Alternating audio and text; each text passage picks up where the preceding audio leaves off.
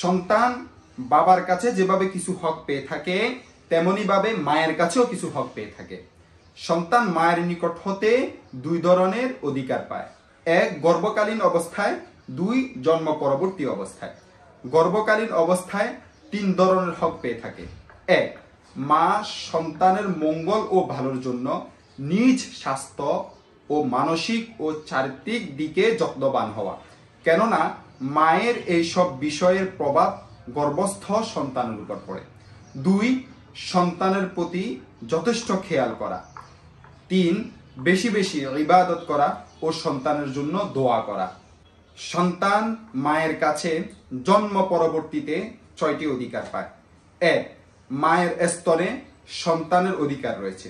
মায়ের দুধের কোনো বিকল্প নেই এবং এই দুধ পান না করলে যে ক্ষতি হয় তা অপূরণীয়। তাই কোনো বড় কারণ ছাড়া শিশুকে দুধ পান করা থেকে বিরত না থাকা চাই। দুই, আদর, স্নেহ ও মমতা, ভালোবাসা ও শাসন দিয়ে লালন পালন করা। তিন, সন্তানের পিতা মারা গেলেন মা পিতার দায়িত্ব পালনে যথেষ্ট চেষ্টা করবে।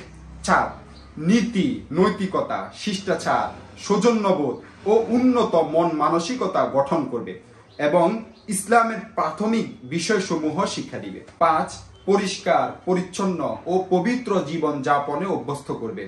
ছয়, ব্যবহারিক বিষয়সমূহ শিক্ষাদান করবে, যেমন কাপড় চোপড় ধোয়া, গোছানো, পরিধান করা, নিজের রুম পরিপাটি করা এবং নিজের যাবতীয় জিনিস যা মার থেকে শিক্ষার প্রয়োজন হয় সে জিনিসগুলো শিক্ষা দিবে।